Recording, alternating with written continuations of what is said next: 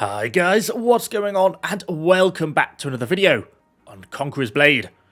So, I've been creating videos on Conqueror's Blade for over 3 years now, currently over level 2000 in game, and I normally try and get one of these videos out every year or so, every 12 months.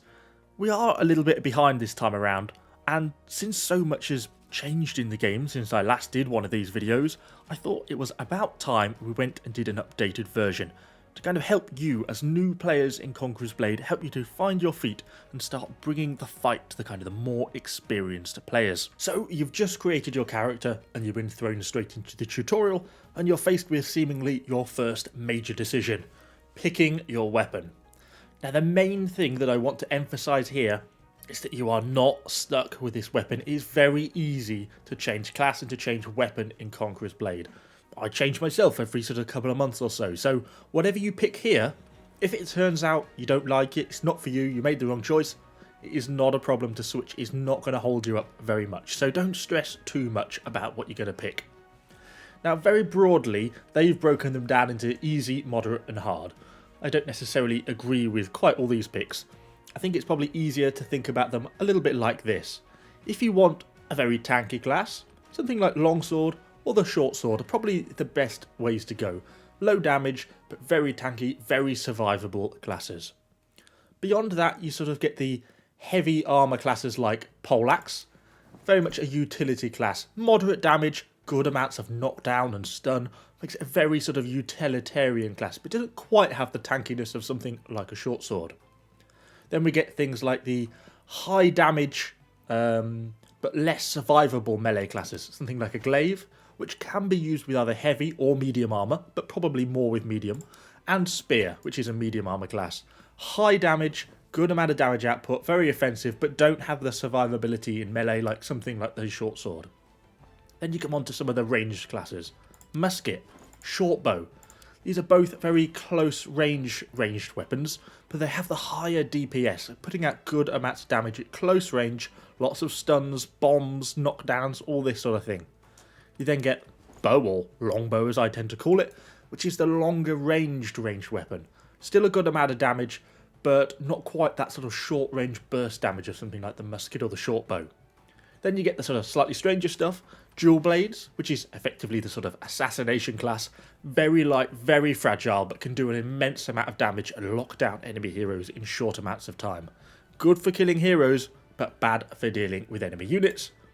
And Nadachi, which kind of has some unique features around lifesteal, where it tries to keep itself up. It has relatively low health, but it can sort of suck life out the enemy units. A class that's kind of struggled traditionally in the meta for the sort of last couple of seasons, but has got some new runes coming in Season 11, which may help to improve it. So, the main point here, don't stress too much. Just pick what you think you might want to play. Have a go around with it in the tutorial, you can run around and test a few different ones, but whatever you settle on, don't worry, you can change it without too much problem. At the end of the tutorial, you will get a couple of units that you can pick from. Kind of as with the weapon though, these are just really low tier units, they're not going to make all that much difference. Personally, given the choice, this is what I would go with: Iron Caps, some Iron Cap Arquebusiers, and some Pike Militia. You'll also get to pick one slightly higher tier unit. It's really not the greatest selection of stuff to pick from. Probably go for the Halberdiers, but it's a bit of a bad bunch to really be picking from, and you're going to be getting access to higher tier units from some of the next tutorial quests, so I really wouldn't stress about it all too much. Just before we go on to talk about units, and we will also actually talk about combat tips later on, I just wanted to point out on those very initial battles you're going to be getting into, so basically any time that you are under level 60, the matchmaking is going to put you into basically a special queue. It basically stops you from going and facing the sort of full level max tier players that you're normally going to encounter. And so as such you have quite an increased chance of finding bots in these games.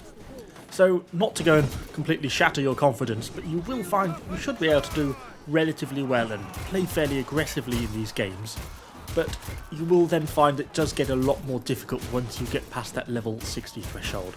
I just wanted to kind of highlight that before you all go away thinking that you're, the next greatest warlord to have ever been born. Before we go and dive into some actual proper combat and kind of look at a few combat tips and siege tips, I just want to briefly cover units because there's quite a little bit to it and I just want to explain vaguely how it works because it can feel a little bit overwhelming at first. So initially you'll be presented with this unit tech tree. It's basically broken down into melee units, ranged units, cavalry units, and then we've got two add-ons that were introduced after the game was launched. Basically the Knights season, which has got, Spear Sergeants, Monastic Knights, etc. And the Rattan season. Actually, these Rattan round shields here were one of the units that you could have unlocked. And if we go back to the start, we can actually see some of the units we picked at the start of the game. Like these Iron Cap Swordsmen, the Pike Militia, and these Halberdiers over here. So they've given them us to basically unlock for free. Now, at first impressions, it can seem like you're going to have to play quite a lot to start to unlock some of these units. Particularly when you start to get onto some of the tier 4 and tier 5 units, something like Iron Reapers being 25,000 honour to unlock themselves, not to mention the fact you actually have to work your way down the tech tree to even have the privilege of spending that much honour on them, and it can feel fairly overwhelming. But there's a couple of key points to know here. Firstly, if you escape back out of that and press F4, it's going to open you up a series of 4 sort of tutorial quests. They're going to give you basic things: fight in 3 battles, defeat 10 enemies in any battle, and so on. Kick over ladders, all things that are fairly easy to do. And you're going to get a series of rewards for doing this. But actually, as you start to work further down, you'll find that you'll get given some Signicolum boxes. They'll give you a tier 4 Signicolum box, which will give you 20 tokens, which is basically a free unlock of a tier 4 unit. And for the end, you'll get a free unlock of a tier 5 unit. So that means you're going to be able to get a tier 4 and a tier 5 basically for free on this tech tree. So doing those F4 quests is super important. Once you get past level 12 though, you'll open up a second way to unlock units, and that is through seasonal challenges. So if you press F5, it will open up the seasonal overview. At the time of recording this, we're right at the end of Season 10. We're just about to start Season 11, going into the French season. And there's all the usual stuff you'd expect with the game. A battle pass, which enables you to level up and earn certain things. And there's certainly some great free rewards. You don't have to buy it to get access to some of the things, so there's still some stuff worth unlocking. But more importantly, there's seasonal challenges. So for example, the first unit to unlock on Season 10 is the Bagpipes. This is a unit that is not available on the tech tree. The only way you can get this is by completing challenges. So for example here, I think you've got to complete 6 of these 8 possible challenges. Could be daily quests, it can just be something as simple as raising your hero level or completing certain badges or objectives in battles. And then you have to do this multiple times. It first gives you a 3-day contract, and then it'll actually unlock the unit. When you get onto some of the end tier of the season, it can take 2, 3, 4 before you actually unlock them. But you'll soon learn this is Season 10, and many players get confused that they think they've missed all the previous seasons so they can't unlock the other units. But actually, if you look in the top right hand corner here, a little button that says click to switch seasons, and then you can go back and select any other season. So we can go right back to Season 2, and you can start working through some of these.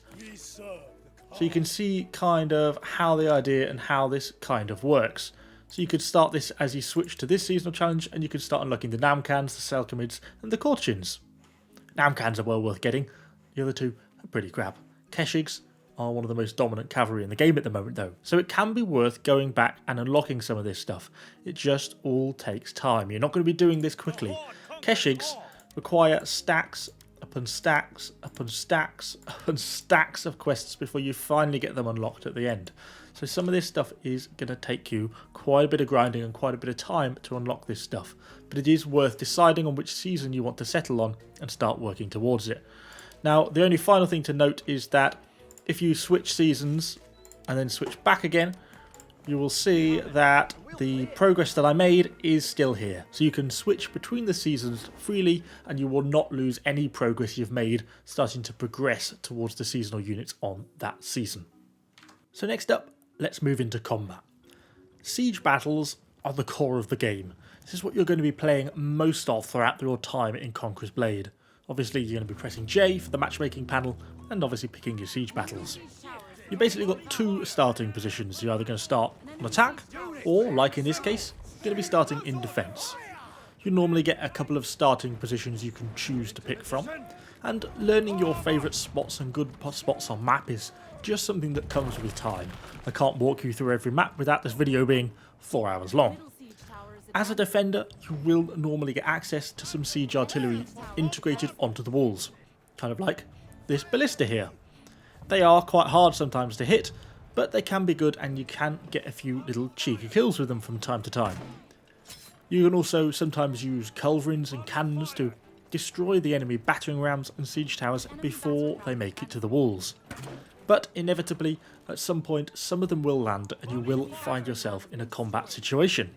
There are many things that make a good warlord in a fight, from hero level, hero weapons, equipment, hero control in tight high pressure situations, all of which are often learned or developed over time. But one of the key things I really try and keep on top of myself is situational awareness. So you can see here we saw these enemy units without a hero stood at the top of the stairs. It's an easy target, we can kill them and they basically can't even fend for themselves. As we move along this section of the wall, we clearly outnumber the enemy. The situation is in our favour. We've got friendly teams here. We are going to win this fight. So we want to be maximum aggression. We're trying to get on. We take down the enemy hero and we keep pushing on. But now look, suddenly the situation isn't so clear. We're on a very narrow section of wall. Our charge is still on cooldown. So we're not going to be able to charge into this enemy unit. It's likely that the enemy unit's charge isn't on cooldown, and their palace guards, a tier 4 very tanky unit which is really going to be able to block up this section of wall. Suddenly this situation isn't looking quite so positive as it once was, and this is where snap decisions really come into play. I actually don't play this all that well initially. The enemy makes their charge, so we were right. I pull back to try and avoid the bulk of the charge. We get rid of most of it, but not all. And in the time it's taken to pull back, my charge comes off cooldown. We can now get stuck in, we flatten the enemy hero in the process, and we're able to deal with the balance of the unit before they're really able to activate very many of their skills. So you can see how trying to pre-predict how these situations are going to play out in battles is really, really important, because that really is going to determine if your unit is going to win the fight or lose the fight. And you can do more by pre-predicting these fights and picking the right fights than you can by being a skilled fighter once you're in the battle. It's also worth pointing out that units can kill heroes. I don't even need to use my hero there. Once he's on the floor, I can move my unit over him and get the kill. And that cuts both ways. Fear enemy units, they can be very, very powerful. You can see in this situation, I'm locking down that short bow so he can't escape, and then I'm getting my unit to charge over him. So that means that he is getting killed by the unit, and it saves me having to try and get all my hero damage on him to get the kill. So I'm now assessing the next situation. Initially, we're getting some units coming in. With the amount of allied support we have, I'm quite confident that we can win this, so I'm getting stuck in. But actually, the situation is changing. More stuff is coming through the breach in the wall, so I'm pulling my unit back because I'm no longer confident that I can win. But with the rest of the team here, with the range support over the back, I decide to make use of my charge, get a lot of damage on the enemy hero, who were then able to help take down with the rest of the team, and charge into the fight. And now I'm on to managing the fight. I'm using X, I'm using V to move my unit around, trying to position them, and then using my hero to sort of just control the edges of the fight. Anything that's trying to flank my units, I'm trying to deal with. And ultimately, we do get far too much stuff really coming through this breach for us to easily deal with. But it does give us the opportunity to get a lot of enemy kills, and in that kind of assessment of risk versus reward, the amount of damage we're doing far exceeds the amount of damage we're taking, and so it's worthwhile. But you'll notice I'm still making use of my skills and abilities as they are coming off cooldown, so my charge kills off cooldown, and I'm getting them stuck straight into the unit. Trying to use the unit to get the kills on the enemy heroes, all the battle, and then we've been able to use them to help just finish off this last little short bow there in the corner. So that's kind of combat in a general siege sort of view. It's picking and choosing your fights which really enables you to win battles and get good kill numbers, more than just being a skilled sort of fighter in the individual sense. A few other quick little combat tips that are worth pointing out You can either move your unit with X to move them around the map, or you can get them to follow you with double tapping C. By double tapping C, they do actually move slightly quicker, but as a consequence, I find they do tend to have a slightly more dispersed arrival pattern.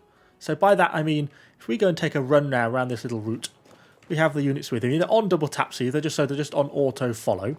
We'll do a loop, some of the units get a bit caught up, not all of them quite get hit, oh, one's in front of us, and we turn back to base, and they sort of turn up in a fairly dispersed pattern. If you want to charge, you've actually got to still wait a few seconds for your whole unit to turn up. But if you move with X, the whole unit, while moving slightly slower, actually moves as a group, or at least much more of a group than it did previously. And then as we run back around to base, you'll see they're a much tighter cluster. Even one or two still get caught up, but they tend to produce a much more tighter group, which means you can sort of charge much easier. It's kind of down to personal preference. Over longer distances, if you're trying to get just across the map, just trying to travel, double tap C is probably going to be the way to go. But if you're trying to maneuver in a combat area, using X to get specific movement paths tends to be a lot better. We've also got supply points. We're actually stood on one at the moment. Not only will they heal your unit up if they take damage, but they'll also resupply ammo, musket balls, bombs, flames, and any sort of other type of ammunition to your units. You can also swap units here. If you decide that I no longer wanted these iron caps and wanted to pull out the Imperial Arquebusiers, I could just do that. It just takes a small period of time on the supply point and the unit will switch over and come out. I can also switch horses and artillery here as well.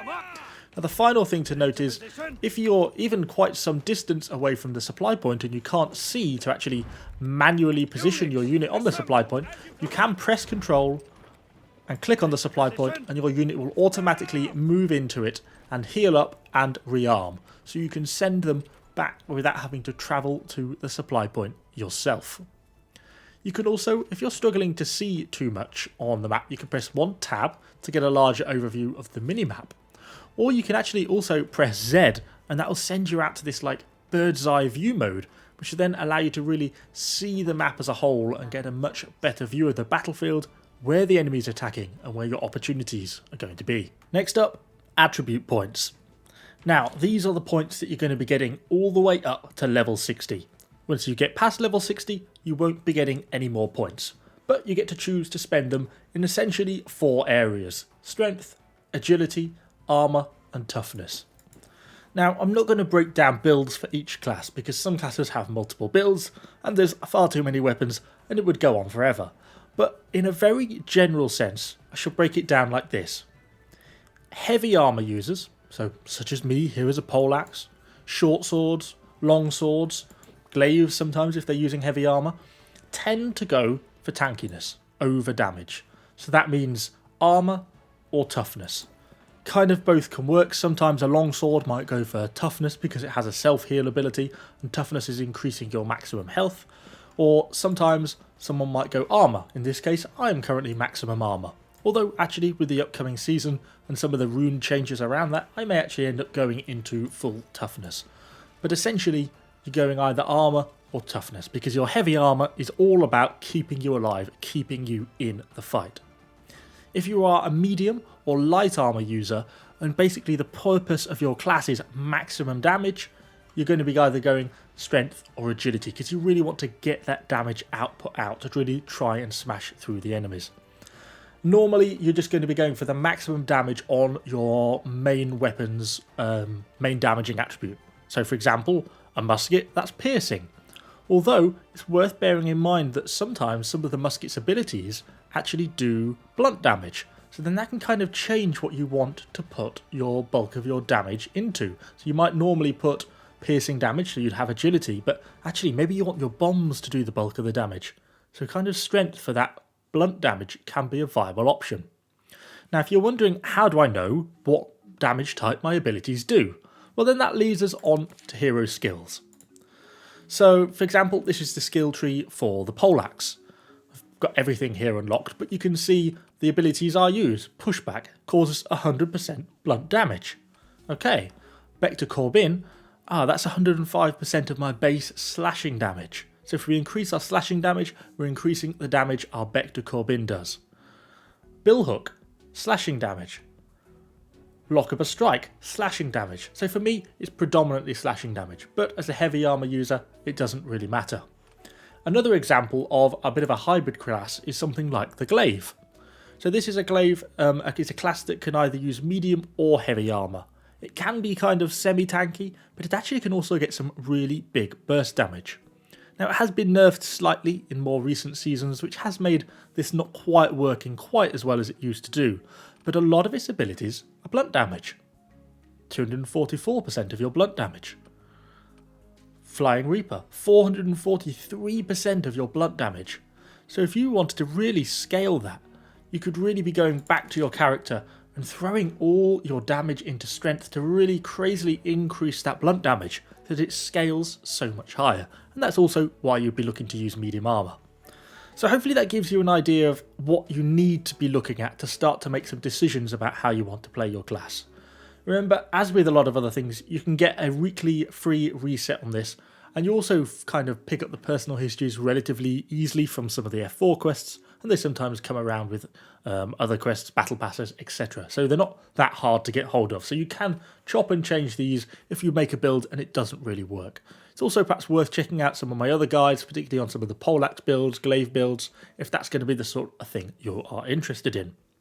But finally, before we move away from the hero, we need to look at weapons and armors, because that's going to make a big difference about your hero abilities. So the real eagle-eyed amongst you may have noticed that while I've just been talking about hero abilities, I've actually got more than the 72 base points that you can actually get in the game. And you may be thinking, how is he doing that when he said the maximum amount of attribute points you can get stops at level 60? Well, it's actually from the crafting.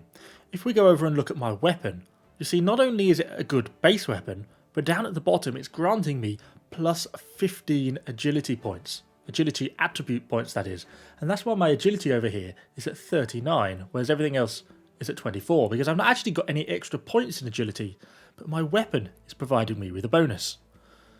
Now, whenever you get weapons in the game, find them in battles, pick them out of chests, whatever, you'll notice they never have any of these extra little yellow numbers, giving things like the plus agility. The only way you're going to be getting this is through crafting.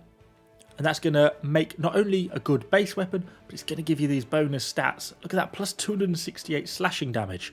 Really, really useful, particularly when we know, as we just looked at in the skills for the poleaxe, so many of them are based on slashing damage.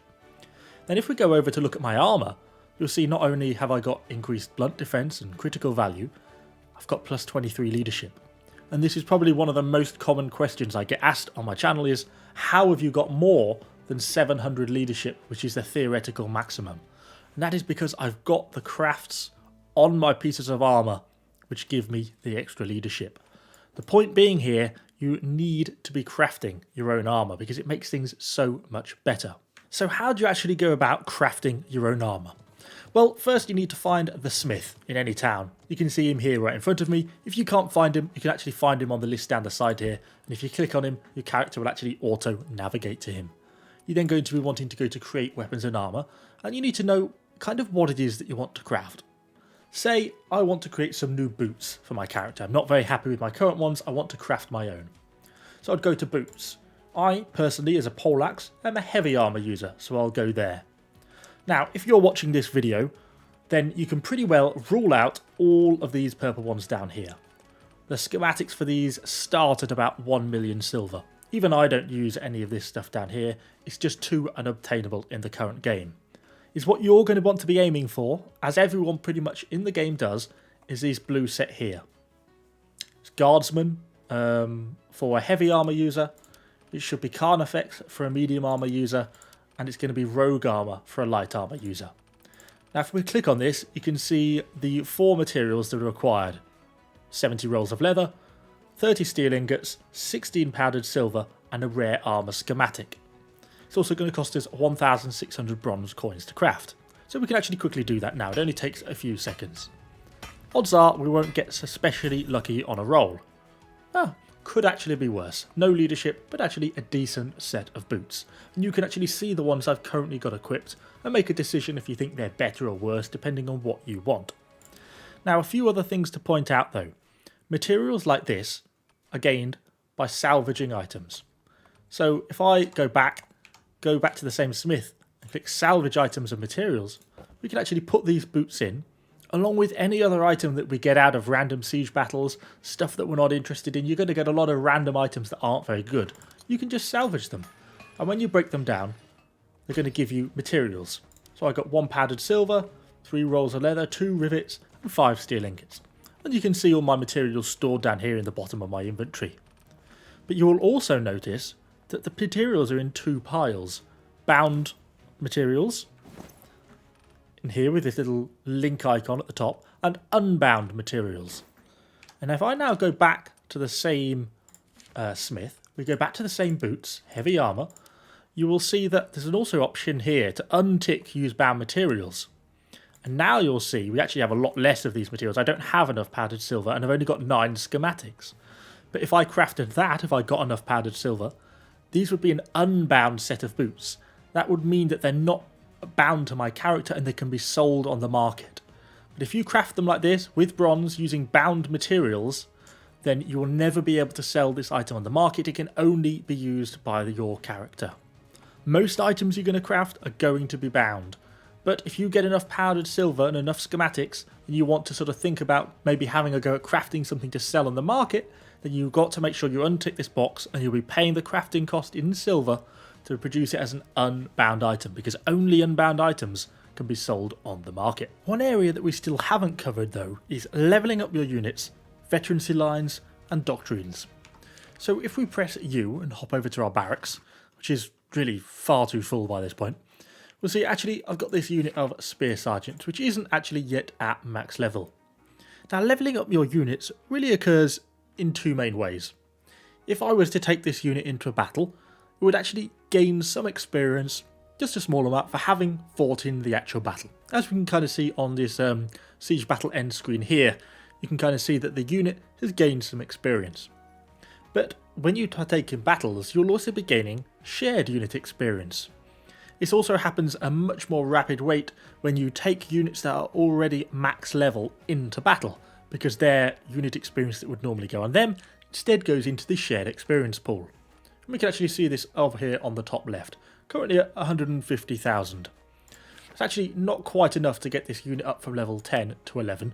We're about 40,000 short, but if we either took this unit into a battle and got 40,000 experience that way, or played some other units and got more shared experience, we'd be able to take this unit up from level 10 to level 11. And that would do 2 things. It would increase the level of the unit, which increases its hit point pool slightly, but it'd also give us a point to spend on its veterancy line. Now, veterancy lines are a way of upgrading units. In this case, there's 2 possible options to go for.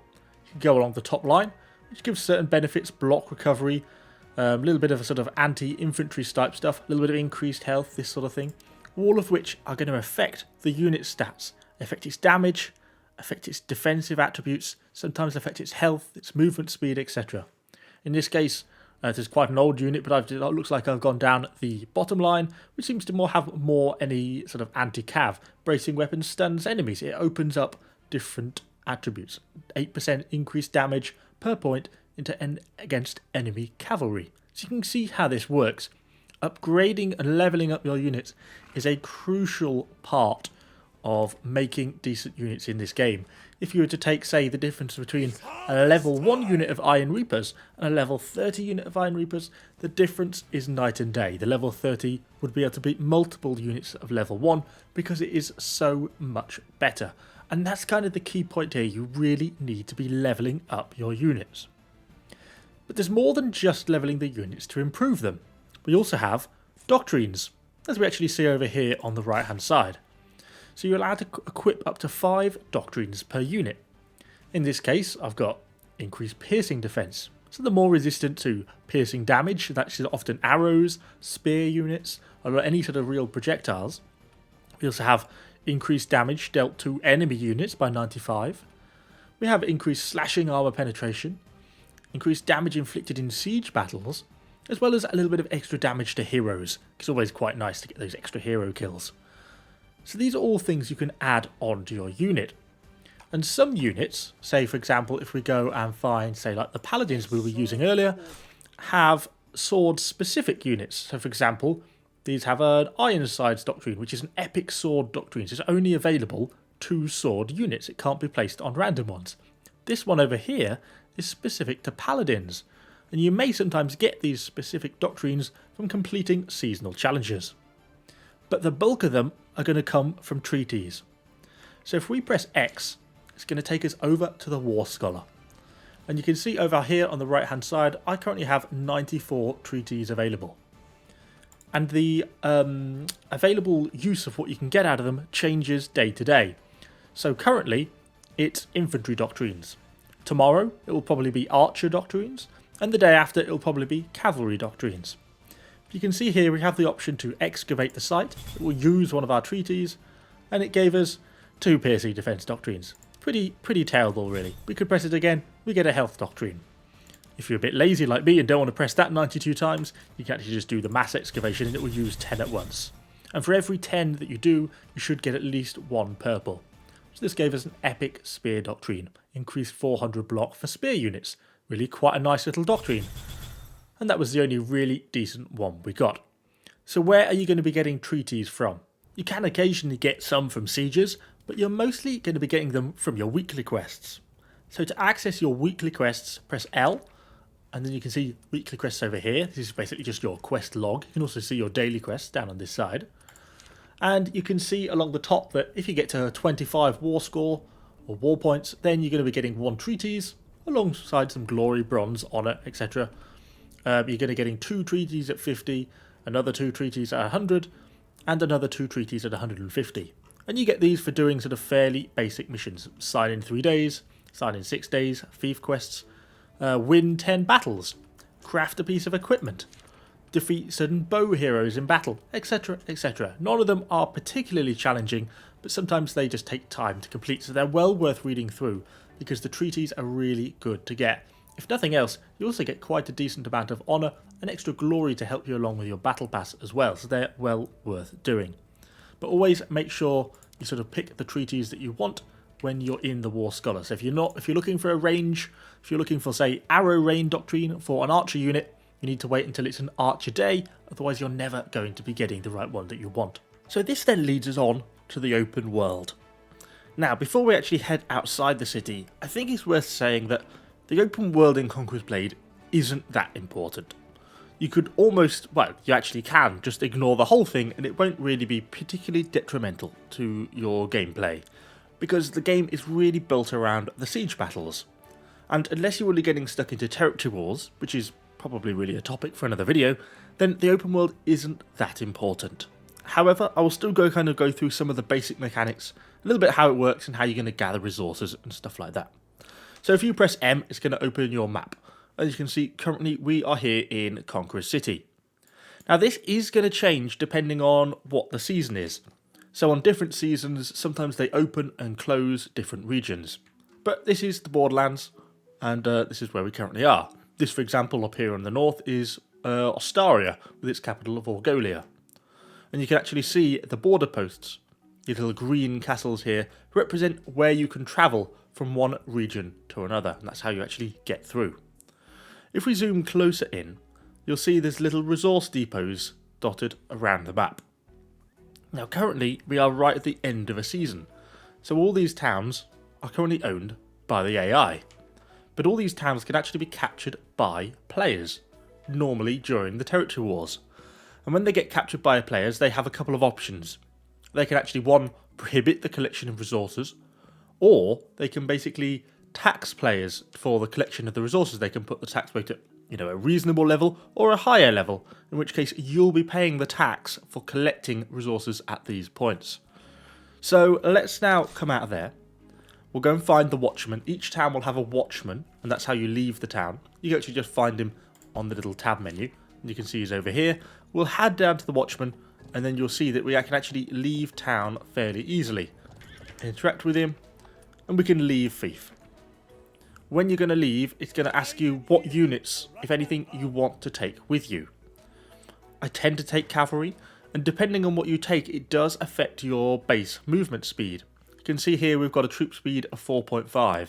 If I go and add on some fairly heavy infantry, say something like this, maybe this unit of shields here, quite a slow unit, you see that base movement speed drops to 3. And that is how quickly I shall actually be moving on the map. But it's actually a little bit more than that, because different units have different levels of labour. So for example, if we remove this, we'll see our labour goes down.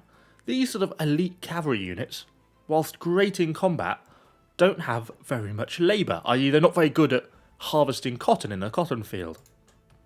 So if we get rid of them, and instead go right down to some serfs, right at the other end of our rather long unit list. Come on, keep scrolling, keep going. Then you'll see we actually have a selection of serfs down here.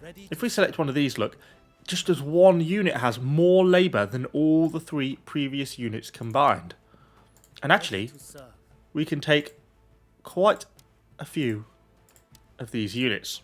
And now you'll see, even though we don't move very fast, and let's face it, our combat ability is really rather crap, our labour is really, really high. And that means when we go to a resource depot, we'll be getting a lot more resources than if we just had combat units. So, let's leave the fief. So once you leave the fief, you're going to be spawning outside in an area like this.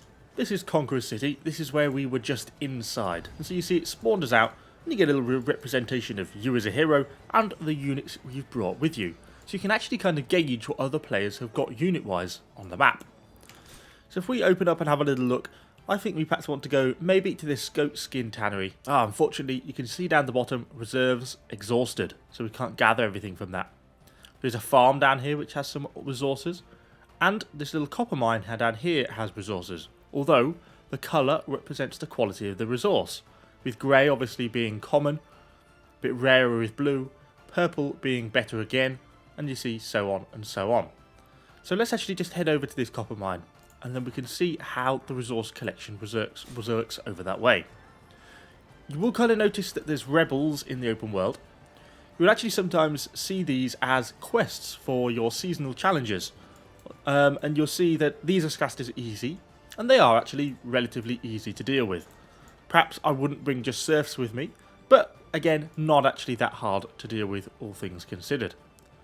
But as you get further out, you may find you get aggressive rebels, which will actually actively come and hunt you.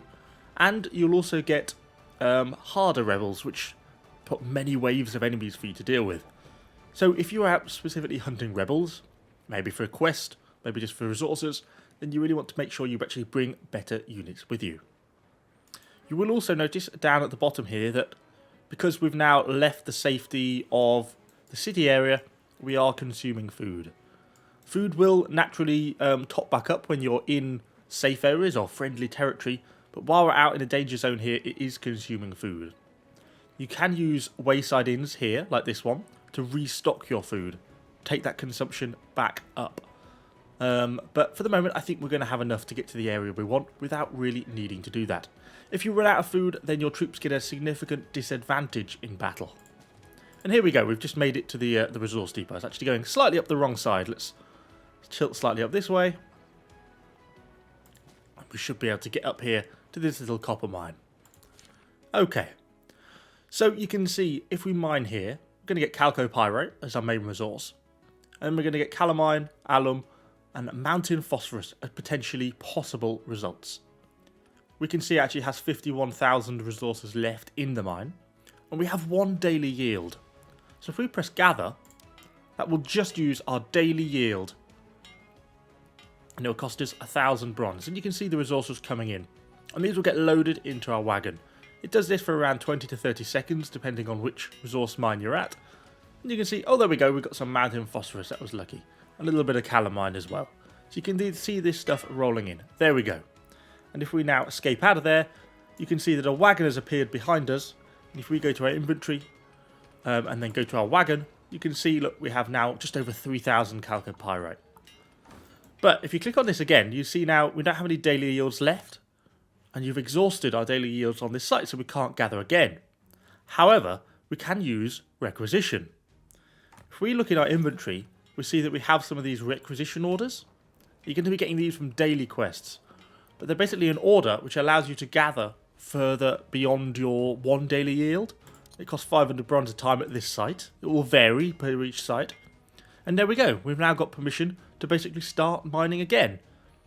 And if, like me, you've got, you know, I don't know, thousands of these requisition orders, then you can basically gather indefinitely until the site either runs out of resources or until you've got enough of your gathering completed. And there we go, we just gathered again a second time around. Now, it is worth pointing out that you are in a dangerous location out here and you can be attacked and you can attack other players. For example, looks like a fight has broken out down here where two guys are attacking Polish Bear here. So it looks like maybe they're attacking him maybe to try and get some resources off him. Maybe to try and prohibit him from collecting resources from an area that they want to gather from. So yeah, you can be attacked at any point in the open world, and so you do have to be careful. So sometimes it is worth bringing a combat unit with you to be able to give yourself some chance of defending yourself. Anyway, let's get back to the city. Okay, so we're back inside the city now, having gathered our resources. So what was the point in gathering them? What can we do with them? Well, really, we've got three possible options. One of the more simple ones is thief quests. So if we press M, zoom in on the map, wherever we are on the map, go down here to overview. And this is the city itself, this is Conqueror City, and here it has a certain selection of thief quests. So for example, we could supply, say, food to the city. So if we donated 30,000 food, we would be getting 200 honour, as well as 2,000 hero experience. So let's do that. And you can see we gained the honour. So we're completing quests for the city, basically. So you can donate these resources. Actually, this is some cooperite. This is the purple version of what we harvested previously. And you'll get 150 honour, 2,500 hero experience, and an epic mercenary gift, which is going to give us some random drops, which is kind of nice. So we can do that as well. The second option can be just to sell this stuff. If we press V and go over to the market, you'll see it split into the items market and the resource market. And you can sell unit kits, materials, loads of other bits. But if we go over to sell, and you can actually see in our wagon, we could click and sell our chalcopyrite that we have just harvested. Now the difference here is you've just been out and mined that chalcopyrite with bronze. And now actually you could go on to sell this for silver. So this is one item in the game that doesn't become bound. So you can sell these items for good profits in terms of silver. So it's a way of converting your bronze into silver coins. Obviously it requires that you have enough spare bronze to do it. And obviously it's not hugely efficient. But when you start to get onto doing good amounts of resource collection, it can be worth doing. And the final option is to use it for crafting. So you could craft unit kits at the unit armourer. Or, for example, we could create artillery at the gunsmith. So, for example, if we go over to this gunsmith here and click Build Artillery, you can see there's a range of green artillery. Some towns which are higher level, often player-owned, you'll be able to craft blue and purple artillery as well. So, you know, you can get onto the higher tier stuff. But, for example, say if we take this Hwacha arrow launcher, and you see it requires these four materials here. One of which is coarse copper. Okay, well if we now go over to this refinery overseer, up this little set of stairs, up diddly up, over to the refinery overseer, and you'll see we can actually craft coarse copper here, and one of the options is to use that chalcopyrite that we just went out and harvested in the open world. So we can create 1 copper bar for every 10 chalcopyrite. Now this does cost silver to do, and you can see, there we go, we craft it and it loads into the wagon. You can obviously do 100 at once here or something, you don't have to do them all individually, but you kind of get the idea. We can then take these refined resources and use that to either go and craft some extra artillery for ourselves, or we can use it to go and craft unit kits. If we head down here, we can go to the unit armourer, and we can actually create unit kits. And you can see it requires different resources for different units. And some of them require different things. These guys down here, the rat and pikeman, require some copper. And you gather all the different resources and you can craft a unit kit. And there we go, look. We've crafted a rat and pikeman kit. Because that is one thing perhaps I should have mentioned earlier, but when you take your units into battle and you use them in combat, they do take wear. You end up having to update their unit kits. See if we can find one who's taking a bit of damage. These paladins here, you can see they've lost a unit kit. They're missing 2 men-at-arms kits. and you can either craft them manually and equip them to them, or you can just pay a fixed bronze cost to resupply them. In my case, I must admit I don't really craft unit kits anymore. I have got enough bronze now that I can just pay the bronze cost, but the option is up to you, and that's kind of all the different things you can do with these resources in-game. So hopefully that has now given you at least a broad overview of kind of the core game mechanics. There is still a lot of stuff that I haven't yet covered. I mean, the list really just goes on, but I'm conscious that we're approaching the 45-minute mark already, so I kind of want to try and draw this thing to a close so we don't have a video of completely epic length. A final few things I did want to touch on though. You will sometimes notice that you get special events up over here. For example, actually, conveniently for this video, at the moment there are free battles going on. These are where you can use basically any units you want, there's no leadership limits. There's also things like death matches, ranked battles, etc. And some of these will be requirements for completing seasonal quest missions. Now, all I want to point out is that to find the times for these, you're really best going to the Conqueror's Blade website, and there you can actually find the event schedule, and this will give you the time zone and the time for the different events. So if you're looking for free battles, or if you're looking to complete a deathmatch quest, you can actually find the time and know when you need to be in game to complete those quests. Well worth doing, very, very common question that we get asked. One thing that I also forgot to point out during the resource collection was that when you collect resources, you do gain a small amount of experience. And if you press U and go over to the technology tab right over on the side, it's almost like an unfinished part of the game, but it does actually work, and you can put collection XP into different things. So for example, it increases the amount of wood that you get out of different ones. So we can set that off, and then in 5 seconds time we'll get an extra 5% wood whenever we're gathering from wood resources. And this goes down and quite a bit, so there's a fair bit for you to unlock there. Not super important, but if you are doing resource collection, then it is well worth throwing a few things in.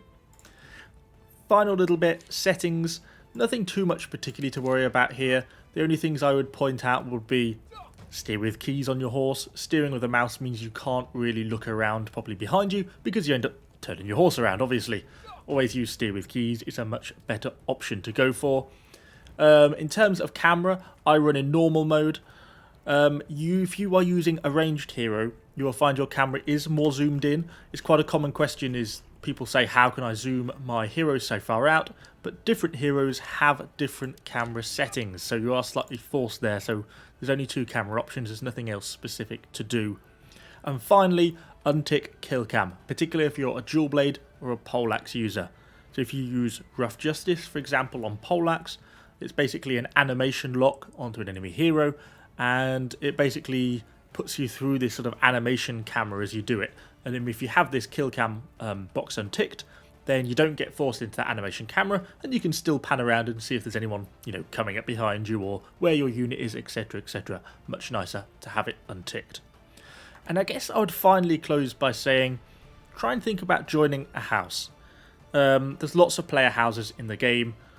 Worth going onto the Discord, the official CB Discord, having a look at some of the recruitment posts, see what people are doing in game, and see who's inviting and who wants to sort of help support new players, because it can make a really big difference. Because all those little questions that are inevitably going to come up, because I've by no means answered everything, are really well answered when you've got a house that you can just quickly pop into Discord and ask how things are going on. And finally, if you do have any questions or anything you're really stuck on and need some help with, do throw it in the comments down below, and I'll do my best to get back to you, or hopefully someone in the comments section will, because we do want you to be able to get stuck into the game and hopefully enjoy it. Anyway, I've been Evo Loz Gaming, thank you very much for watching, and I shall see you all on the next video.